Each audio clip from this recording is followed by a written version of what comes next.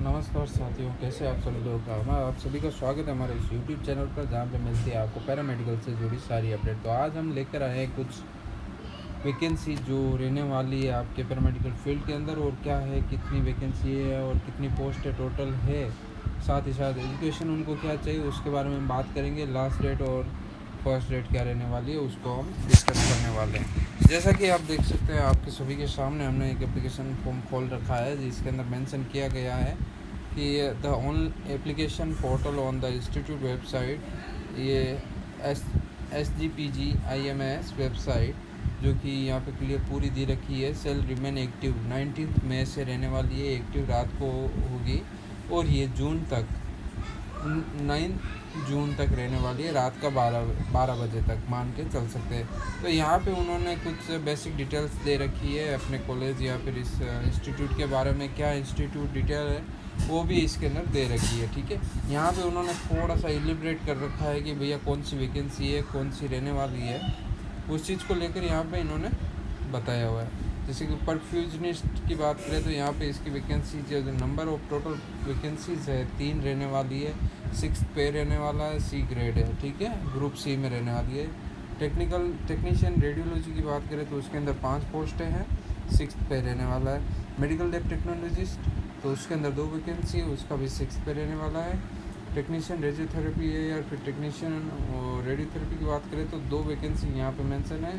Technician assistant neuro otology तो इसके अंदर 1 मेंशन है। ऑक्यूपेशनल थेरेपिस्ट तो इसके अंदर भी 2 वैकेंसीज़ है। साथ ही साथ बात करते हैं जूनियर डायलिसिस की, इसके अंदर 24 जो नंबर ऑफ ज़्यादा वैकेंसीज़ है वो उसके अंदर डायलिसिस के अंदर है टेक्नीशियन की। तो रिसेप्शनिस्ट की भी है इसके अंदर। साथ ही साथ आपको फार्मासिस्ट ग्रेड 2 की भी देखने को मिलेगी, लेकिन वो एक ही वैकेंसी है और पे इसका 6 रहने वाला है। तो चलिए इसके अंदर क्वालिफ़िकेशन क्या मांगते हैं वो भी हम चेक करेंगे। अगर उससे पहले हम बता दें कि अगर कोई व्यक्ति इसके अंदर अप्लाई करने का इच्छुक है तो प्लीज़ हाँ यहाँ पे ये वाली वेबसाइट से आप अप्लाई कर सकते हैं। उससे पहले आपको अपने एलिजिबिलिटी क्राइटेरिया चेक करना पड़ेगा, जो कि बहुत ही इम्पोर्टेंट रहता है। एलिजिबिलिटी क्राइटेरिया है वो यहाँ पे मेंशन कर रखा है। उससे पहले आप प्लीज़ ये सभी जो है बेसिक नोट्स दे रखे हैं एक बार चेक कर लीजिएगा, क्योंकि इंपॉर्टेंट होता है, अक्सर कुछ चीज़ें इसी में से ही मिस हो जाती है। और साथ ही साथ जैसा कि no document including printed hard copy of online forms are required to be send by post. ठीक है, पोस्ट सेंड करने की ज़रूरत नहीं है, डायरेक्ट आपको ऑनलाइन अप्लाई करना है। और कॉल लेटर की बात करें तो वो सभी आपको साइट पर भी मिल जाएगा, कोई भी पर्सनली नहीं भेजा जाएगा आपको, जो भी है सब इसी साइट पे मिलेगा। TADS will be admissible for appearing in written exam, written test, skill test और डॉक्यूमेंट वेरिफिकेशन के लिए। ठीक है, और भी अगर इसके अंदर कोई डाउट है तो हमें कमेंट सेक्शन में बताइए, हम उसकी पूरी की पूरी कोशिश करेंगे उसका रिप्लाई करें। और साथ ही साथ हमें चैनल को सब्सक्राइब करना ना भूलें, क्योंकि हम वीडियो सिर्फ आप लोगों के लिए लेके आते हैं। जैसे ही आप सब्सक्राइब करेंगे आपके पास इसका नोटिफिकेशन आएगा, हमें मोटिवेशन मिलेगा, हम एक और वीडियो लेके आएंगे। तो साथ ही साथ देखते हैं इसके अंदर और क्या क्या इसका मेंशन किया हुआ है।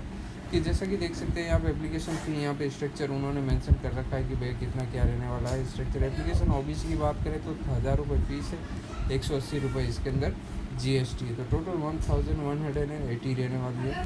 SC ST की बात करें तो 600 है, 600 के अंदर 108 वो हो जाएगा GST और टोटल हो जाएगा 708। तो ये आपकी फ़ी रहने वाली है। शैल have to pay fee according to their original category. Reservation में भी उन्होंने काफ़ी कुछ चीज़ें मेंशन कर रखी है, एक बार इसको ज़रूर चेक कीजिएगा, काफ़ी इंपॉर्टेंट है ये रिजर्वेशन के अंदर, क्योंकि इन्होंने अलग से दे रखा है तो कुछ तो होगा इसलिए इन्होंने दिया है। ऐसे ही कोई क्यों ही इतने बड़े पेजेस में PDF जारी करेगा। अब बात करते हैं कि भाई इन्होंने रिजर्वेशन कैसे दे रखा है। दिव्यांग के लिए उन्होंने 4% दे रखा है, एक्स सर्विसमैन के लिए उन्होंने 5% दे रखा है, डिपेंडेंट ऑफ फ्रीडम फाइटर की तो 2% है, फीमेल जेंडर की 20% है। तो SC के अंदर 21 है, ST के अंदर 2 है, OBC के अंदर 27 है, EWS के अंदर 10 दे रखी है। और यहाँ पे एज के हिसाब से क्या आपको मिलेगा रिलैक्सेशन या नहीं मिलेगा, उस हिसाब से आप चेक कर लीजिएगा कितना इंपॉर्टेंट रहने वाला है। तो हम आपको दिखा देते हैं कि परफ्यूजनिस्ट की बात करें तो BSc degree in medical profession from recognise university होना ज़रूरी है, 1 ईयर का एक्सपीरियंस इसके अंदर मांगा गया है।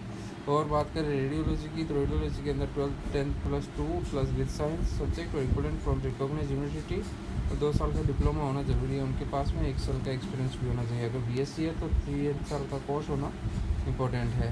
मेडिकल लैब टेक्नीशियन की बात करें तो बैचलर डिग्री इसके अंदर मांगी गई है, डिग्री इसके अंदर मांगी गई है, जैसे कि यहाँ पर क्लियरली मेंशन कर रखा है। एक्सपीरियंस भी होना ज़रूरी है, 100 बेड का हॉस्पिटल भी होना ज़रूरी है, ये इसके अंदर मांगा गया है। तो टेक्नीशियन रेडियोथेरेपी की बात करें तो 10+2 विद सब्जेक्ट इक्विवेलेंट साइंस के अंदर से प्लस 2 साल का डिप्लोमा कोर्स और 1 साल का एक्सपीरियंस होना ज़रूरी है। अगर नहीं है तो बीएससी होनी ज़रूरी है, वो भी 3 साल के एक्सपीरियंस के साथ 3 साल का कोर्स होना ज़रूरी है उसके अंदर।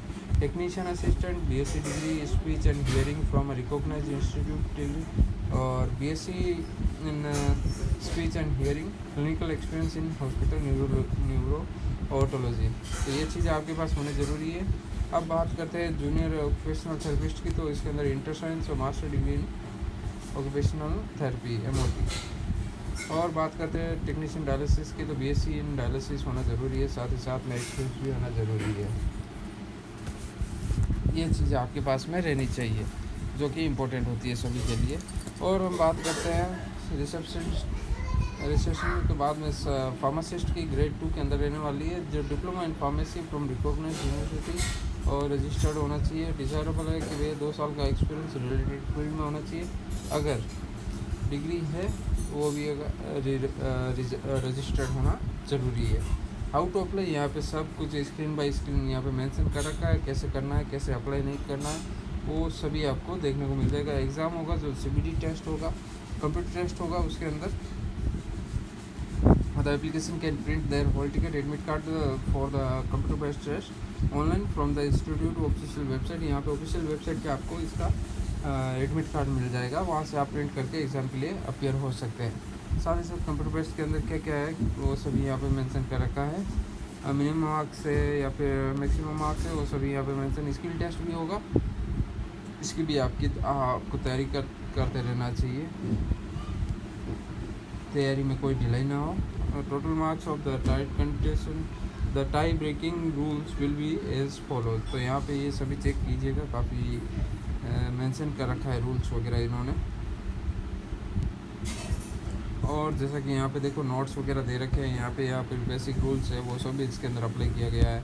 और साथ ही साथ हम ये भी कहना चाहेंगे कि प्लीज़ हमारे चैनल को सब्सक्राइब करना ना भूलो, बहुत इंपॉर्टेंट है। आप सभी का इतना सही एक एफर्ट चाहिए आप लोगों से, वो हमारे लिए बहुत है।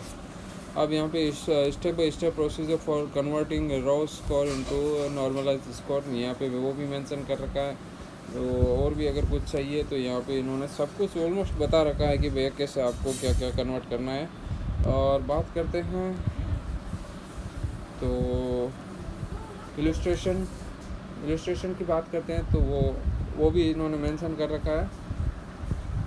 हाउ टू अप्लाई, तो यहाँ पे इन्होंने क्लियरली मेंशन कर रखा है अप्लाई कैसे करना है। रिसेंट इस कलर्ड फोटोग्राफ होना ज़रूरी है, JPG या JPEG में 80 KB मैक्स होना चाहिए। स्कैन सिग्नेचर वो भी 80 KB मैक्स होना चाहिए। वैलिड ईमेल और फ़ोन नंबर होना चाहिए।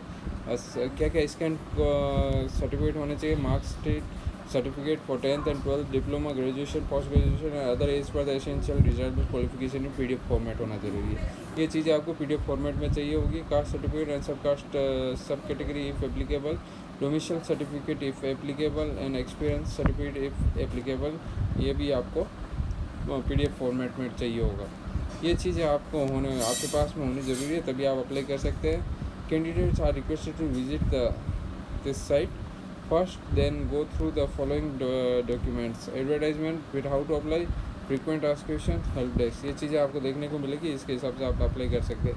इन्होंने बस बेसिक कमीशन जो भी आपको अप्लाई करने के लिए चाहिए होता है वो सभी इन्होंने मेंशन कर रखा। पेमेंट मेथड है, पेमेंट मेथड भी आपको ऑनलाइन हो जाएगा। Credit card, debit card, net banking, SBI सब कुछ हो जाएगा, तो आपको चिंता करने की कोई बात ही नहीं है। चिंता की बात है तो आपने अभी तक ये चैनल सब्सक्राइब नहीं किया और आपने लास्ट तक देखा फिर भी सब्सक्राइब नहीं किया, ये चिंता की बात है। प्लीज़ सब्सक्राइब कर लें। मिलेंगे अब नेक्स्ट वीडियो में एक नई वैकेंसी के साथ में, तब तक मिलते हैं नेक्स्ट वीडियो पे। तो उसकी प्रिपरेशन करते हैं और आएंगे उसी के साथ में नेक्स्ट टाइम। चलिए।